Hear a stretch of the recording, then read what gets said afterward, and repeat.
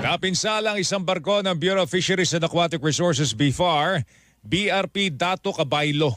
Matapos pong gitgitin, buntutan ng Chinese militia vessel noong umaga po ng October 11 malapit po sa Pag-asa Island. Nagsasagawa noon ang BRP Dato Cabaylo ng routine maritime patrol.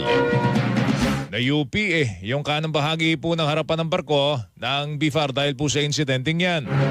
Ang mga insidente ng pangaras ng China ang pinunto po ni Pangulong Bongbong Marcos sa katatapos na ASEAN Summit sa Laos. Sa kabila po nito, bukas pa rin naman ang Pilipinas na makipag-usap at makahanap ng mapayapang solusyon sa tensyon sa West Philippine Sea.